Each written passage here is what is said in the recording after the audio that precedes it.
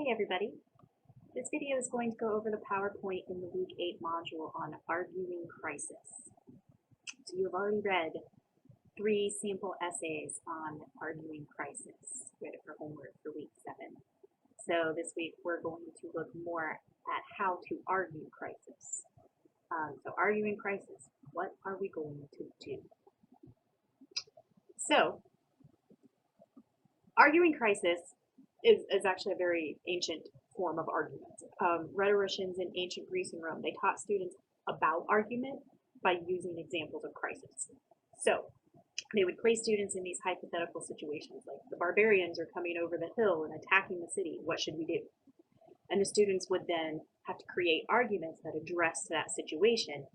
And it was important because it kind of highlighted the vital role of argument in everyday life. I mean, these could be real situations. And a public crisis almost always gives way to argument. And we are living amongst it right now. So the most persuasive arguments will often dictate the direction of all kinds of policies, local, national, international policies for all civilizations within a crisis. The most persuasive argument dictates policy. It's very important. Written in Chinese, the word crisis is composed of 2 characters. The first character represents danger, and the second character represents opportunity. So from a rhetorical perspective, crises are opportunities to think differently, to act differently, and to develop new ideas. You really can see them as opportunity. And in fact, any crisis, thinking in the same old ways can lead nowhere. It just maintains the status quo, which can sometimes be downright dangerous if it's truly a crisis. Doing the same things that we've always done probably isn't going to work. So good arguers know how to bring the audience out of crisis, right? To help resolve the crisis. It's not an easy task. But crisis looms in almost every context, in almost every situation. There are social crises, institutional, professional, political, career, within the workforce, within your school, right? Crises can come up anywhere. So it's basically when something unsavory that no one predicted is bound to happen. You can see it on the horizon, and hopefully not even closer than the horizon, but sometimes it takes it being right there on the brink. And once something goes awry, that's when the arguments begin. So then we have questions like, should we sell the company? Should we downsize? Should we retool the inventory? And then like a personal crisis, should we call a plumber or should we fix it ourselves? Should we run for the hills or stay here and fight? Going back to the example of the barbarians in ancient Greece. Should we start driving cars with better gas mileage, or should we revamp the public transportation system in this country? I love this one. Should we make friends with these pale-skinned settlers and drive them back to their boats, or ignore them and hope they go away? Well, I think we know how that one turned out. Perhaps they did not choose the right method. But any one crisis, as you can tell, prompts a huge variety of possible responses. So those often, though, get whittled down to 2 options. And advocates of each option will argue the worth of their own stance and tear apart the other side, especially in times of crises and when policy is concerned. This is really when people get ugly with argument, when we're arguing crises. But when we only focus on 2 options, it blurs out other possibilities, and insightful thinkers will see through the crossfire beyond just those 2 common possibilities and see the hidden layers, see the hidden practices, and see beyond what is accepted and what is the norm, what's traditional, right? So experts in all fields have to, and disciplines have to deal with crises. So engineers scramble to develop new plans for a bridge because the sediment is shifting in the river's floodplain. So, something bad is going to happen to that bridge if we don't do something about it soon. A nursing staff must respond to increased patient care demands, but a projected decline in hiring. So we've got a crisis there that needs to be handled as well. So there's all different kinds of situations in every field, every discipline, every career, every job where a crisis can and often do occur, and they have to be handled. And those who react to a crisis and propose the best possible solution, those are the most valuable people in any given situation because they can see the hidden implications, they can see blurred boundaries, and they can see potential consequences that others aren't necessarily seeing. Right? Arguments about crisis often have two layers to them. The first layer is the crisis itself, and the second layer are possible solutions. Now, the sample essays that you read for the week 7 assignment, they spent a lot more time on that first layer. They really got into developing that a crisis truly was happening. They had to persuade readers that their particular crisis truly existed, that it truly was a crisis. So they focused primarily on that and not so much on solutions. I mean, they may have provided some type of solution, but they did not get into a lot of specifics about their solutions. They really spent most of their time simply convincing us that a crisis really was happening. Because we don't always see the urgency of a particular situation. So it takes someone showing us that a crisis really does exist. You have to do that first before you spend any time proposing solutions. And that might be the case if you, with your topic for the course project, depending on what it is, it's possible that you actually are arguing a crisis, even though in your mind you didn't think you were because you're not offering any kind of solutions. But just think about the fact that a lot of times we have to devote more time to simply explaining the crisis. And once we get everyone on board, once we get everyone to agree that a crisis actually is happening, then we can start developing solutions and arguing for the best possible path, right? And a crisis is much more than a rupture in the flow of normal events. It's not just a hiccup. It's not just a bump in the road. It is a crucial or decisive situation. Things are teetering on the line between beneficial and disastrous outcomes. It can also happen when something just goes wrong, when an unexpected outcome or routine is nowhere in sight. Everything just kind of goes to heck in a handbasket right when they're needed most. So think about situations that are on the brink of change. Are you dealing with one of those? Would your topic fall under this category? Do you have the kind of topic, if you're looking here at how to explore for topics, look for crisis in school budget, city government, labor, transportation, healthcare, environment, entertainment, energy, daycare. Looking in your neighborhoods, do we have a crisis with equality, zoning, security, policing, agriculture? Are there any crises happening at school? Politics are rife with crises. And then your career field, look at those. If you're dealing with something in your field, would it be considered a crisis? I don't know. When it comes to inventing your claim, the first thing you have to do is think about what others claim. How do other people or sources characterize the crisis? Do they see it as a crisis? Are there any possible solutions being put forth? What does the opposition seem to value? Um, and then look at your own. How do I see this crisis differently from others? What values and assumptions do I share? Um, you know, how do I think it could be addressed? And then there's the slides there that offer different types of claims, claims in politics, popular culture, education, town and community.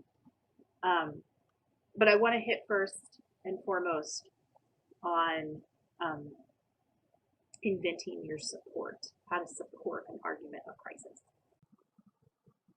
So the most important type of support that you need for an argument of crisis is the line of reasoning, the logic. Um, you have to develop that line of reasoning. It has to be very sound. So one of the essays that you read was Big House in the Wilderness, and you can even draw attention to the premise, to your line of reasoning. So in that essay, Webster, there's one section where he says, one question is, can't individual Americans simply build differently? Are moratoriums necessary? Of course, to pursue this question, this line of thinking, the reader must accept the premise that Americans are overbuilding, and that by overbuilding, Americans are foolishly and unnecessarily over-destroying nature, the environment, wildlife. They have to accept the premise that current building practices are somehow harmful. Some Americans, to be certain, don't accept this premise.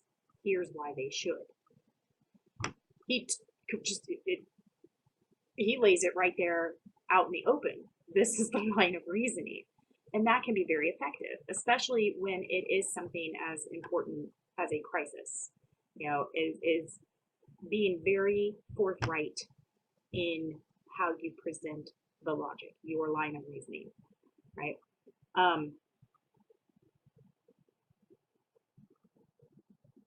So the argument, because when you're arguing crisis, you often also have to sometimes explain that particular things have caused the crisis, have created the crisis.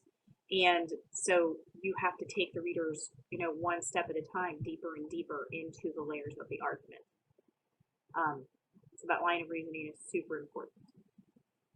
So appeals to value are going to be very important in a crisis argument as well, because you have to get people to care about the crisis, especially if it's something that others don't see as a crisis yet. You have to appeal to their values. You have to make value appeals to get them on board. And then also, if you're offering the solution, you have to appeal to values to get your readers to see that your solution is the best one. Authorities are also going to be very helpful in an argument of crisis, especially to help explain the nature of the crisis, to help explain the solution, to talk about the opposition, especially if you're offering a solution. And sometimes voices from the past can help, harkening back to what other respected people in history have said about the elements of this particular crisis. And those authorities don't need to match your position exactly, but just resonate with the argument that you're making. And they can really help give dimension to the argument. They're going to reinforce a broader concept about the argument you're making. And because it's something that the readers are already familiar with, more than likely, it creates a bridge for them to be more likely to accept your argument.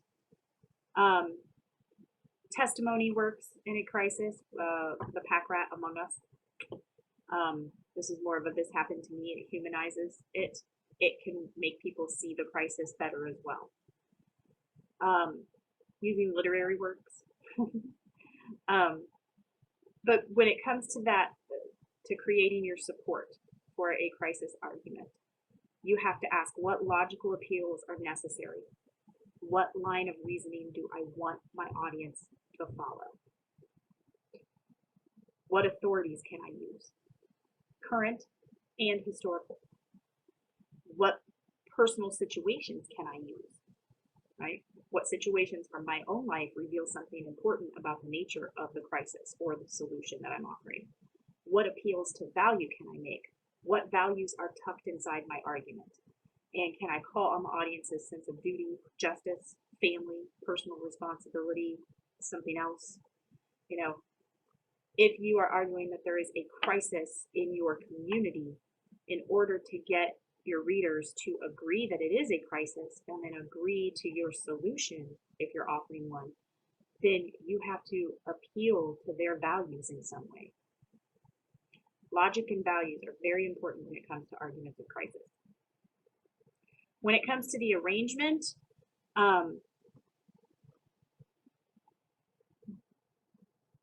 it's going to depend on exactly what crisis you're dealing with and if you're offering a solution and that kind of thing. But you almost always want to give a description of the crisis and maybe even a description of life without the crisis. You want to give evidence or appeals about the crisis. You want to provide the counter arguments. You want to touch on the opposition. And if you're getting into solutions, you have to describe what the current solutions are, what your solution is, and the support for the solution. If you're not really dealing with the solution, then obviously the majority of your arrangement is going to be up there focusing on the crisis, the description of the crisis, how it actually is a crisis, what other people say about the crisis, right? And offering your your rebuttal to their counter argument. But you really have to rely on the line of reasoning to help form the arrangement of the piece. Whatever your line of reasoning is, that's how you have to order your thoughts throughout the essay. So going back to Big House in the Wilderness, how Tracy Webster arranged that argument. First two paragraphs are a description of the crisis, the starting place. Paragraph 2 also offers a qualifier. He's describing the specific nature of this specific crisis. It's not an argument about hunting, right? Paragraphs 3 through 4, he offers an authority. He refers to Anna Quinlan's essay and her proposed solution. Paragraphs 5 through 9, he provides the counter argument dealing with the opposition. He appeals to logic in support of their solution, his and Quinlan's solution, the moratorium. Paragraphs 10 and 11, he offers a qualifier and reinforces the specific nature of this specific crisis. It's not about hunting. It's not about building houses in the woods. It's about building really big houses in the woods. And then paragraphs 12 through 14 offer an appeal to logic in support of the solution. So you can see how he moves through, describing the crisis, offering a small qualifier, and relying on the authority to help reinforce his point about the crisis, dealing with the opposition, offering another qualifier, and then appealing to logic to support the solution once again. Right? But there's no one easy recipe for how to arrange an argument of crisis. It really will depend on how much time you're spending on explaining the crisis, how much time you're spending, if any, on a proposed solution, and then what your own line of reasoning is. How are you taking us through that essay, that argument? That's how it's going to be arranged.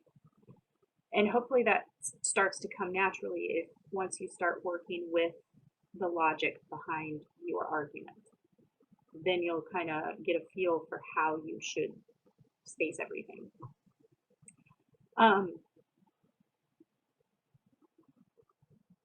In terms of audience and voice, an informal voice can be good, even if it's an academic argument. Sometimes even the use of slang and the first and second person pronouns, it can work, but you have to be careful because you still need to make sure you're too far off course in terms of voice. You don't want to be too inappropriate and too informal. And in terms of using the first and second person pronouns, you don't want to draw too much attention to yourself or your emotions, because then it's going to become, at least in the reader's mind, it's going to become just more about you and not the crisis. Like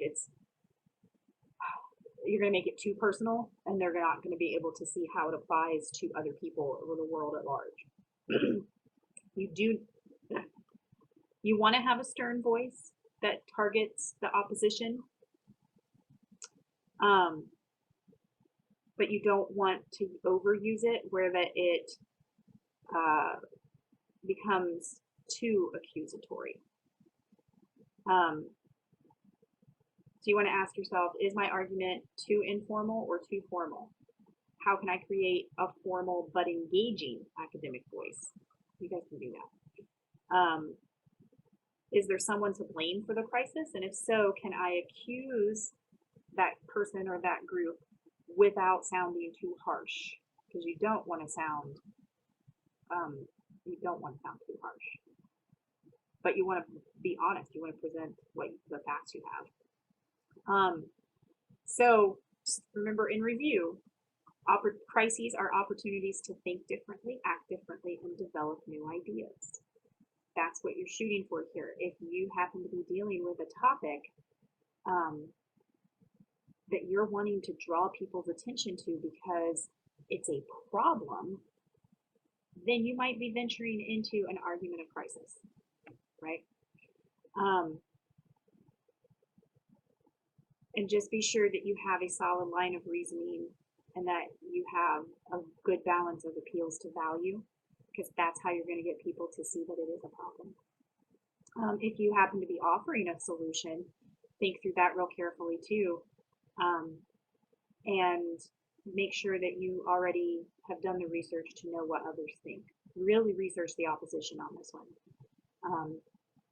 That's it for Arguing Crisis.